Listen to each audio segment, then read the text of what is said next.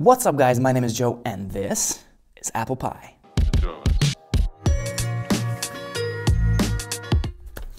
Alright guys, so this is a segment called Apple Pie where I talk about Apple products and everything related to Apple. So if you want to see more videos like these, be sure to subscribe, hit the little notification bell, and you will be updated with all the relevant news regarding Apple. In today's video, I'm going to talk about my experience with iOS 12 for the past 2 weeks. It's been a rocky road, but an interesting one. This has been so far the most stable beta 1 I've ever seen from Apple. They really outdone themselves this time. There are occasional hiccups, well, where isn't? But so far, I have an iPhone 10, and on my iPhone 10, I've got the latest iOS 12 Beta 1 installed. I installed it on day 1 and have been using it ever since. Now, I've got a couple of concerns, but let me talk about the good stuff first and the bad stuff at the end.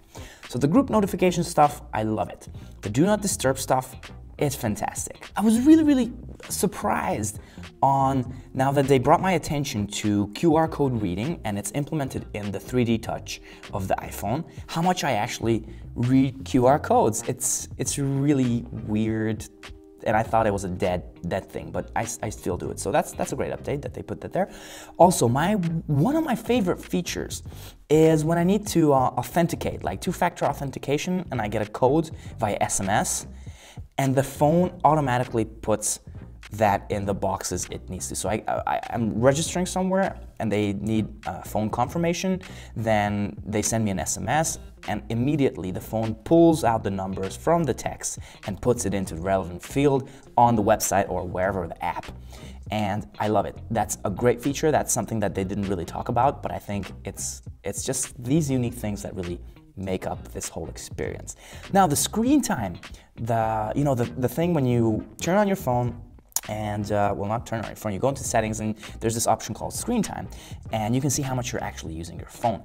I've found out so much about myself on how much I actually use my phone. I thought that my battery life sucked, and I realized it didn't suck. I was just overusing my phone, and you don't really get a grasp of the time you actually use your phone until you see the hardcore data in that, and it's just fantastic. So these are really some core stuff, and I actually limited myself to social media and entertainment on my phone, and I've been reduced from 8.5 hours per week to 6.5 hours per week, and I plan to continue on that path and just gradually, slow down my addiction to my phone, and just trying to get real life out there. How about the bad things?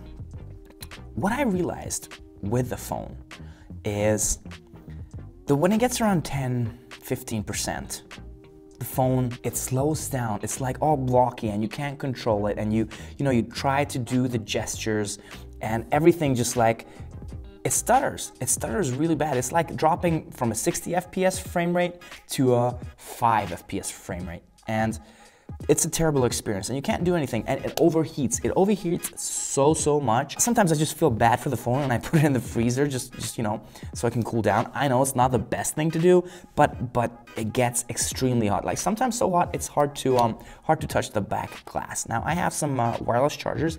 It gets even hotter with wireless charging. Apart from that, I've had an incident where for 1 or 2 days, all of my apps crashed. All the third-party apps crashed, which was weird because they didn't crash at once. They started crashing one after another. And what I had to do is I had to delete the app, restart the phone, restart or refresh the RAM, and reinstall the app. And once I did that, the problem went away.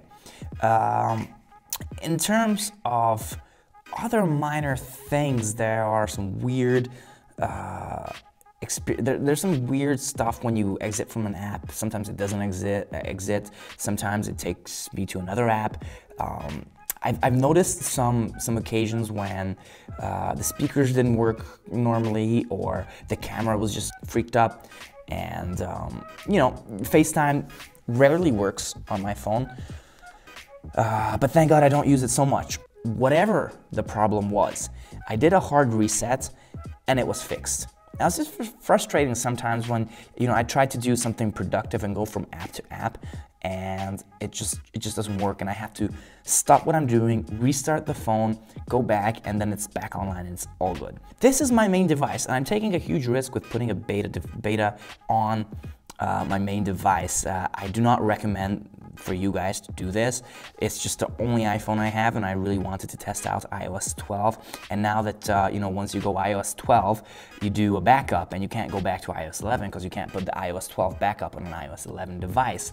So I'm stuck, and I'm hoping for the best as we go along this road. Now, Apple usually puts out updates every 2-3 weeks. Now it's been past 2 weeks, and we haven't seen an update. Maybe by the time you're watching this video, there's an update coming out.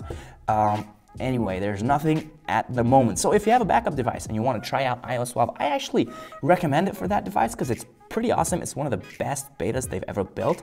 In terms of your main device, don't do it, because if those minor frustrations, those really ruin your experience with the iPhone and the whole fluidity of the operating system. But if they pull through with those bugs and they do, you know, they just fix it, by the time the final version of iOS 12 comes, this is going to be one of the greatest iOSs to be released to the public. And I'm really looking forward for that. So guys, if you want to see more videos like this, be sure to hit the subscription button, also the little bell. This was Apple Pie.